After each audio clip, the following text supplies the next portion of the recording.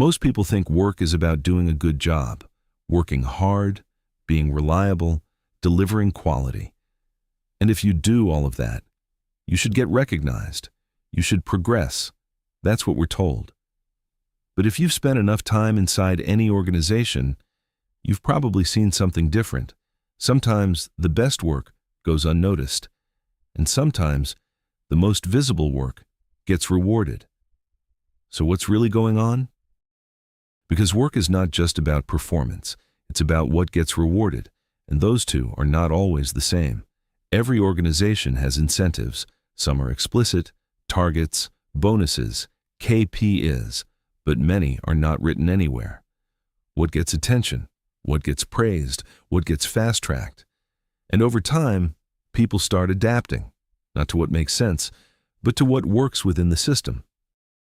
If you want to understand incentives, you need to see them in 3 layers. First, stated incentives. What the company says matters. Performance, collaboration, customer focus. It's clean. It sounds right. Second, observed incentives. What actually gets rewarded in practice? Visibility, speed, risk avoidance. You start noticing patterns. Who gets promoted? What gets approved? What gets attention? And then the third layer. The most important one, real incentives. What consistently drives behavior. What people optimize for, even if they don't say it. Because at some point, everyone learns the same thing. This is what actually moves me forward here. This is why you see things that don't make sense. People prioritizing visibility over depth, choosing safe options over better ones, spending more time presenting work than actually doing it. And it's easy to judge that, to think they're playing politics. But most of the time, they're just responding to incentives. They've understood something others haven't yet, that in many environments, being right is not enough. You also need to be seen as right. Incentives shape behavior in subtle ways. They influence what people focus on, what they avoid, what they prioritize under pressure.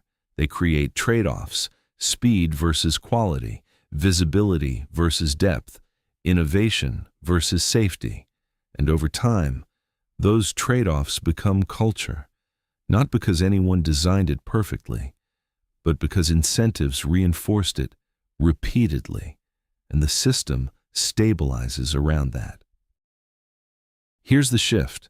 People are not behaving irrationally, they are behaving logically within the system they're in.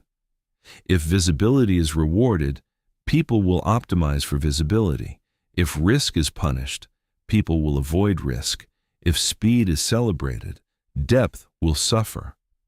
So instead of asking, why are people acting like this? A better question is, what is this system rewarding? So next time you're at work, don't just look at what people are doing.